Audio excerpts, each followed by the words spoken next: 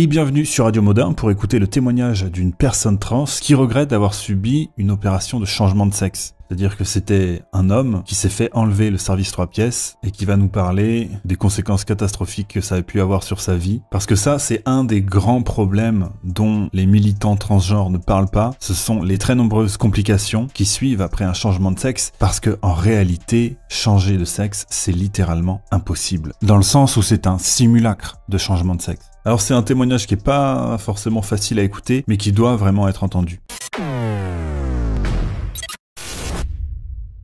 Une partie de ton horrible histoire de transition, c'est que tu as un néovagin qui ne fonctionne pas bien, tu as de l'ostéoporose. Oui, et une scoliose. Et une scoliose, oui. Et est-ce que tu peux nous en parler ? Alors, je sais que c'est transphobique de dire ça, mais après être passé par ce système, je ressens à 100% l'impression d'avoir été victime d'une expérience médicale et sociale cruelle. Sauf que personne n'est venu me voir. Et le truc, c'est que je serais même pas inclus dans les statistiques. Je suis sûr qu'ils m'ont tout simplement diagnostiqué avec d'autres problèmes.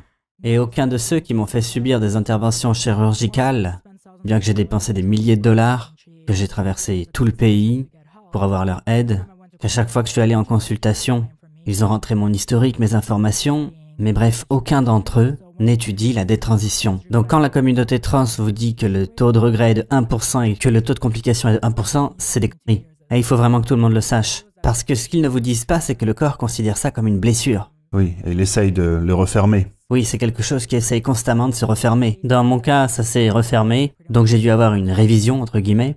Il y a quelques mois, j'étais encore sur la table d'opération, et on m'a fait des reproches, comme quoi je ne dilatais pas assez, alors que je dilatais religieusement. Mais tout ce qu'ils ont fait, c'est blâmer le patient. J'ai parlé à d'autres personnes, et il leur est arrivé la même chose. Mais c'est ça qu'on ne dit pas. Oh là là... Oui, donc ils n'ont pas arrêté de me reprocher de ne pas avoir assez dilaté. Donc ils m'ont fait cette opération. Donc ils m'ont réouverte. Voilà, vous avez 20 cm, félicitations. Wow, super. Donc je suis retourné au Massachusetts. Et quand je suis enfin arrivé à la maison, j'avais déjà perdu 3 cm. Que je ne pouvais plus dilater. Oh mon Dieu. Ok, bon, je me suis dit, c'est bon, je vais faire avec les 17 cm qui restent. Et c'était très inconfortable, je devais conduire ma voiture avec un god en moi. Et c'était serré au point que je pouvais même pas uriner. Et puis mon dos a commencé à me faire mal en 2020. Alors j'ai d'abord pensé que c'était un problème de matelas. Je me disais, oh là, j'ai vraiment mal au dos. Si je m'asseyais comme ça. Alors je suis allé voir un chiropracteur et il m'a dit que j'avais une scoliose. Et encore une fois, mes papiers disent que je suis une femme. Et donc j'ai pas envie de dire à des gens au hasard que je suis trans. Le truc, c'est que si je lui avais dit plus tôt, il aurait pu faire le lien plus facilement et comprendre que c'était un souci hormonal. Mais enfin, finalement, j'ai fait quelques recherches et j'ai fini par comprendre. Et j'ai fini par faire une radio du dos en 2021. Enfin par là, et j'ai réalisé que j'avais de l'ostéoporose dans ma colonne vertébrale, et ça allait vraiment pas. Mais je sais que si je compare à d'autres hommes trans, leur situation a pu être bien pire. Il y en a qui ont carrément plus aucune sensation dans leur... vous voyez. J'ai vu qu'un post était devenu viral d'un autre déstransitionneur. Il disait qu'il pouvait littéralement se planter un couteau dans les parties génitales et il ne sentirait rien. Et ça, c'est vraiment... Enfin, je sais pas si les gens comprennent vraiment... Je veux dire, moi-même, en tant que personne trans, on m'a demandé pendant des années pourquoi est-ce que je ne voulais pas faire de chirurgie. Et les gens m'ont dit « Ah oui, après, tu pourras même plus avoir d'orgasme, en fait. » Et en fait, dans la tête des gens, c'est plutôt ça la conséquence. Mais la réalité, c'est que on ne peut même plus avoir de rapport sexuel. Vous faites un changement de sexe et ensuite, vous ne pouvez plus avoir de rapport S. Ouais, c'était vraiment pas une bonne affaire. De même, on m'a pas dit qu'il y avait eu une étude menée en Suède montre que le taux de sous-soude augmente considérablement. Moi, je suis désolé, tu pourras biper le mot si tu veux. Je sais qu'il faut pas dire ce genre de mots ici. Mais enfin oui, j'aurais aimé qu'on me dise tout ça avant que je fasse ces opérations. Le fait de savoir que j'avais plus de chances d'en finir après, selon certaines études. Enfin, je veux dire, pourquoi personne n'en parle online? Pourquoi est-ce qu'il faut rechercher soi-même pour avoir ce genre d'infos? Et donc, enfin, c'est vraiment éprouvant d'entendre tout ça, il faut l'avouer. Mais c'est vraiment hyper intéressant. Parce qu'évidemment, on a tous les deux de sons de cloche différents. La transition a été un bon choix pour moi. Et j'essaye donc de me mettre à la place de quelqu'un pour qui ce n'était pas le bon choix. Et c'est très difficile émotionnellement. Enfin, je suis vraiment désolé pour toi. Je ne sais pas quoi dire d'autre. Je veux dire, tu as subi cette opération. Qu'est-ce que ça fait de ne plus avoir de pénis ? Honnêtement, ça m'a pas manqué avant que je commence à Enfin, ça me manquait, mais j'osais pas me l'admettre. Je me mentais à moi-même. Et puis j'ai commencé à ressentir ce truc du membre fantôme. Quand je me réveillais le matin, j'avais rêvé de mon pénis. Et puis je me réveille et je me rends compte que je l'ai plus. Et il y avait quelque chose de l'ordre de la situation miroir. Parce que quand j'étais une femme, quand j'étais enfant, je me souviens que je rêvais d'avoir eu un vagin. Et maintenant, j'aimerais pouvoir revenir en arrière. J'ai fait une erreur hallucinante. Et puis j'ai réalisé qu'en fait, je ne pourrais jamais récupérer mon pénis. Et ça a été vraiment traumatisant de réaliser ça. C'était vraiment triste. Alors je veux pas attirer la pitié, mais enfin c'est vraiment triste. Je veux dire, j'aurais pu être une personne tellement meilleure, j'aurais pu accomplir tellement plus.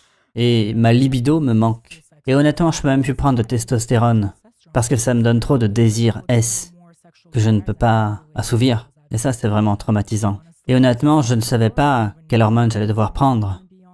Et je leur ai dit que j'étais pas heureuse avec ma transition. J'ai essayé d'en toucher 2 mots à un des médecins. Il m'a envoyé une lettre et personne ne m'a donné son adresse mail. Enfin, vraiment, ils en ont rien à faire. En fait, ils veulent même pas savoir. Et pourquoi? Eh bien, parce que c'est une grande industrie. Oui, ça leur donne une très mauvaise image qu'une patiente dise « je regrette ». Oui, parce que ça ne correspond pas au narratif qu'on essaye de faire passer. Il y a beaucoup de gens qui réfléchiraient à 2 fois. Moi, j'aurais voulu que quelqu'un me prenne dans ses bras il y a quelques années et me dise « tu sais quoi, tu peux avoir l'air féminine, tu peux porter des boucles d'oreilles, des cheveux comme tu veux ». Mais la réalité, c'est que nous n'avons pas la technologie pour te transformer en femme. Donc tu aurais voulu que quelqu'un t'empêche de transitionner. Oui, j'aurais voulu. Et mes parents essayaient, mais ils n'étaient pas en Amérique. Et ce qu'ils m'ont dit, c'était plutôt de l'ordre du religieux. Et à cette époque-là, je les ai pas du tout écoutés. Ils m'ont dit, tu sais, dans la religion musulmane, c'est haram. Ça va totalement contre la volonté de Dieu. Mais si ça avait été un médecin professionnel qui me l'avait dit, enfin, je suis vraiment tellement en colère. Ces personnes n'ont pas vraiment cherché à comprendre ce qui était mieux pour moi. Ils se sont pas intéressés à mes traumas d'enfance. Ils sont pas allés chercher plus loin. Ils ont juste cherché à m'affirmer, à affirmer mon genre. Mais ça m'a blessé. Oui, c'est ça qui est vraiment...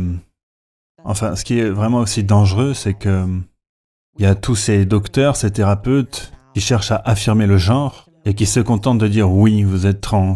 C'est ça, votre problème. Ils vont pas chercher à savoir s'il peut y avoir d'autres causes. Et dans de très nombreux cas, il y a d'autres causes. Mais ils ne s'y intéressent même pas. Mais je pense que quand les gens doivent se tourner vers un laboratoire scientifique, ils pourraient avoir des définitions mieux structurées et savoir véritablement quelles sont les chances réelles que tout se passe bien. Il ne s'agit pas de contrôler l'accès à ces opérations, mais il y a déjà tellement de gamins qui regrettent. Mais pourquoi ce serait mal de contrôler l'accès ?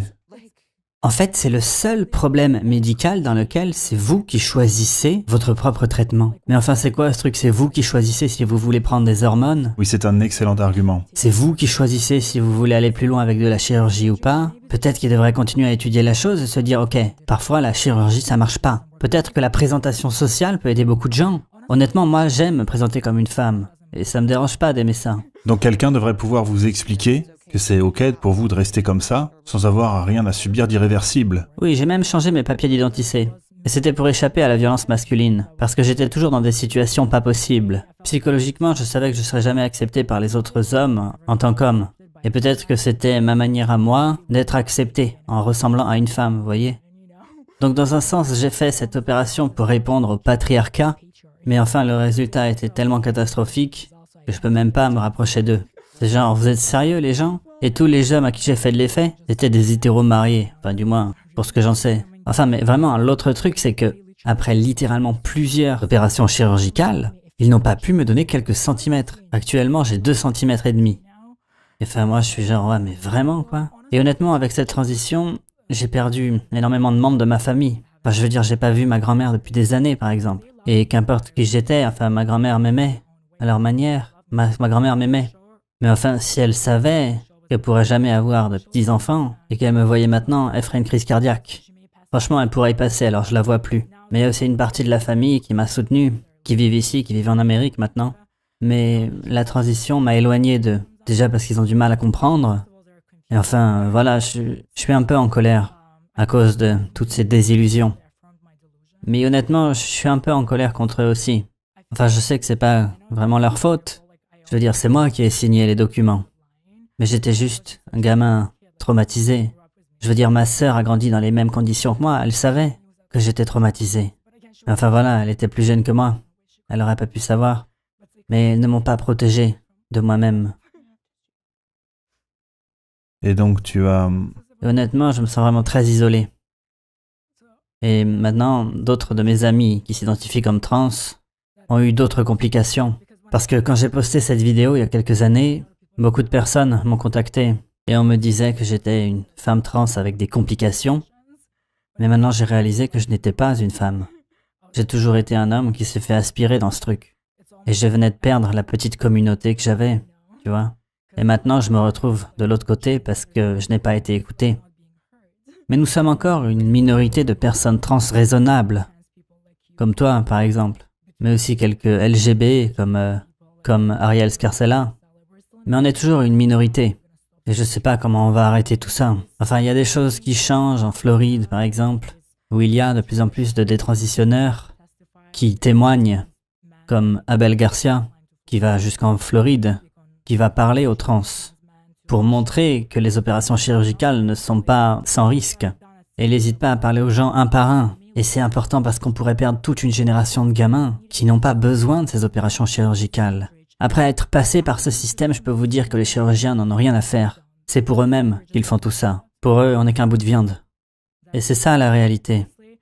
Et honnêtement, si je parle, c'est parce que je sais qu'on ne pourra jamais me réparer. Je ne récupérerai jamais mes fonctions génitales. Là, j'ai une espèce de tunnel, et tous les programmes que je pourrais suivre finiront par me donner une scoliose. Ou alors je ne serai plus capable d'uriner. Qui sait, j'ai aussi peur du cancer. Alors voilà, c'est ça ma réalité. Et parfois, quand je me lève, j'ai l'impression d'être dans un cauchemar, et que je vais me réveiller. C'est comme un mauvais trip à l'acide. Mais c'est ma réalité. J'aurais quand même pu m'amuser et avoir des rapports S avec des mecs qui aiment bien les trans. J'aurais peut-être pu me fiancer. Mais maintenant, je suis juste coincé. Tu vois? Et donc, je sais même pas par où commencer. Bon, déjà, avant toute chose, merci d'avoir été aussi ouverte, parce que c'est vraiment, sans aucun doute, l'une des vidéos les plus puissantes que j'aurais jamais créées. Le fait que tu sois là, si vulnérable et honnête, enfin, je voudrais vraiment te remercier. À ton avis, qu'est-ce qui aurait pu être fait différemment? Pour toi, tout particulièrement, qu'est-ce que les docteurs auraient pu, qu'est-ce que les docteurs devraient arrêter de faire, ou bien faire, justement? Eh bien, faire beaucoup plus de recherches. Faire véritablement de la science, pas juste faire passer des sondages à des gens en ligne. Étudier les transitionneurs, les détransitionneurs. Je sais pas, faire des fichiers Excel. Interviewer des trans. Comme toi, tu es en train de le faire. Et je pense qu'une des choses qui viendrait en premier, c'est d'expliquer à quel point la chirurgie du bas est quelque chose d'énorme. Et de même, les hormones devraient être beaucoup plus étudiées. Et leurs effets sur le corps des hommes, le corps des femmes, les hormones cross-sexuelles. Il faut vraiment faire de meilleures recherches. Et également, les gens devraient être plus honnêtes par rapport aux résultats obtenus. Parce que beaucoup font semblant.